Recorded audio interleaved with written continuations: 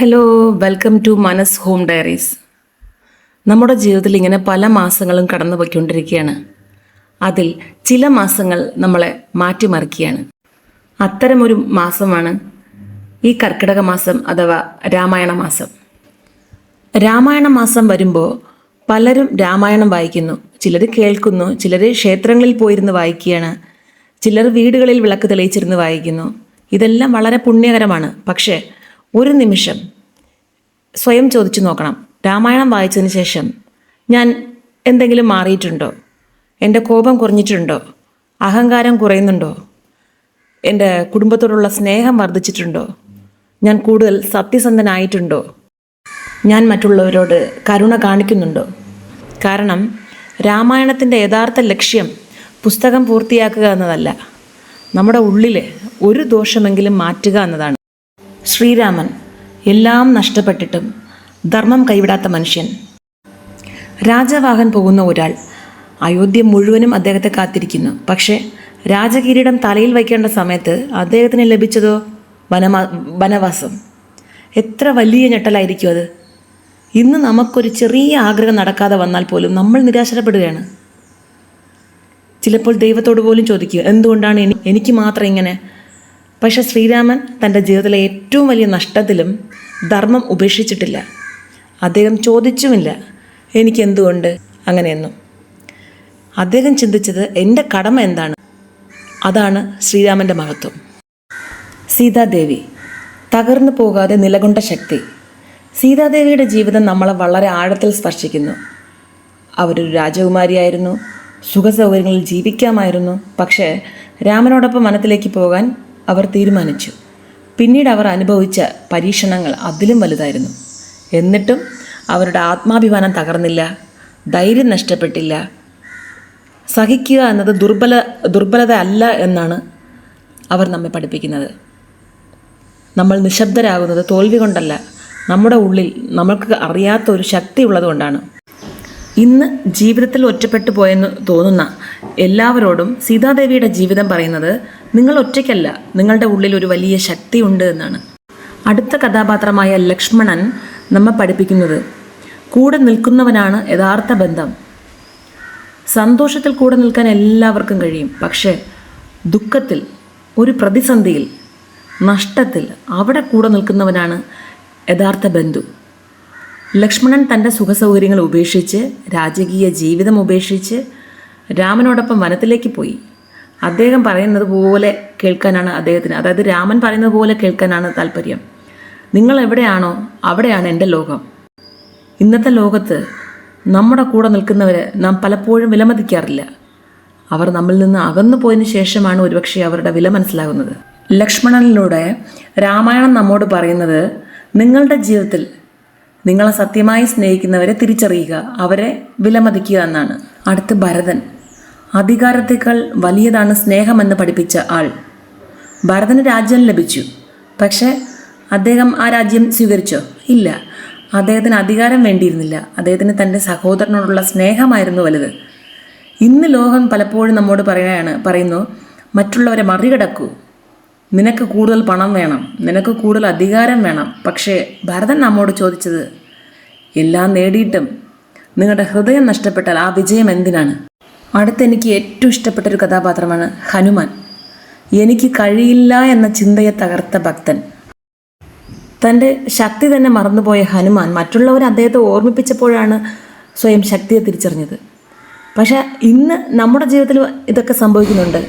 പലപ്പോഴും നാം നമ്മളെ തന്നെ ചെറുതായി കാണുന്നു. എനിക്ക് കഴിയില്ല, ഞാൻ പരാജയപ്പെടും, എന്നെക്കൊണ്ടൊന്നും സാധിക്കില്ല, ഇങ്ങനെയാണ് ചിന്തകൾ പോകുന്നത്. പക്ഷേ നമ്മുടെ ഉള്ളിൽ നമ്മൾ അറിയാത്തൊരു ശക്തിയുണ്ട്. ആ ശക്തിയെ ഉണർത്താൻ ചിലപ്പോൾ ഒരു വിശ്വാസം മാത്രം മതി. ഹനുമാൻ്റെ വിശ്വാസം അത് ശ്രീരാമനിലായിരുന്നു. അതുകൊണ്ടാണ് അദ്ദേഹത്തിന് അസാധ്യമായ കാര്യങ്ങൾ പോലും സാധ്യമായത്. ഹനുമാൻ നമ്മളെ പഠിപ്പിക്കുന്നത്, ഭക്തി ഉള്ളിടത്ത് ഭയം കുറയും, വിശ്വാസം ഉള്ളിടത്ത് ശക്തി ജനിക്കും. അപ്പോൾ ഈ രാമായണ മാസത്തിൽ, അതായത് കർക്കിടക മാസത്തിൽ രാമായണം പാരായണത്തിലൂടെ നമ്മൾ ഉദ്ദേശിക്കേണ്ടത്, അതായത് കൊണ്ടുവരേണ്ട നമ്മുടെ ഉദ്ദേശം എന്തായിരിക്കണമെന്നാൽ, സ്വയം നമ്മളും പ്രാപ്തരാവണം, വരും ജനറേഷനെ, കൊച്ചു കുട്ടികൾക്കും പറഞ്ഞു കൊടുക്കണം. ഈ കഥാപാത്രങ്ങളിലൂടെ ഓരോ ദിവസവും ഒരു നല്ല ഗുണം, ഒരു നല്ല ചിന്ത, ഒരു നല്ല പ്രവൃത്തി നമ്മുടെ ജീവിതത്തിൽ കൊണ്ടുവരാൻ ശ്രമിക്കണം. അതായിരിക്കണം ശ്രീരാമനിൽ നിന്ന് ധർമ്മം, സീതാദേവിയിൽ നിന്ന് ധൈര്യം, ലക്ഷ്മണനിൽ നിന്ന് സമർപ്പണം, ഭരതനിൽ നിന്ന് നിസ്വാർത്ഥ സ്നേഹം, ഹനുമാനിൽ നിന്ന് ഭക്തിയും ആത്മവിശ്വാസവും. അപ്പോൾ രാമായണ മാസം അവസാനിക്കുമ്പോൾ നമ്മൾ വെറും രാമായണം വായിച്ചവരായിട്ട് ഇരിക്കില്ല, രാമായണത്തിൽ നിന്ന് എന്തെങ്കിലും പഠിച്ചവരായിരിക്കും. എനിക്കിന്ന് ഈ ടോപ്പിക്ക് ഇവിടെ പറയാൻ ഉള്ള തോന്നലുണ്ടാവാൻ കാരണം, ഈ രാമായണ മാസത്തിൽ ഞാൻ ഒത്തിരി വീടുകളിൽ ഞാൻ കുറേ അമ്മമാരെയും ചേച്ചിമാരെയൊക്കെ കാണുന്നുണ്ട്. 6 മണിയാകുമ്പോഴേ അയ്യോ വീട്ടിൽ പോകണം, രാമായണം വായിക്കണം, ഞാൻ ഇത്രയേ വായിച്ചുള്ളൂ, ഈ മാസം തീരുന്നതിന് മുമ്പ് എനിക്കിത് കംപ്ലീറ്റ് ചെയ്യണം, രാമായണം.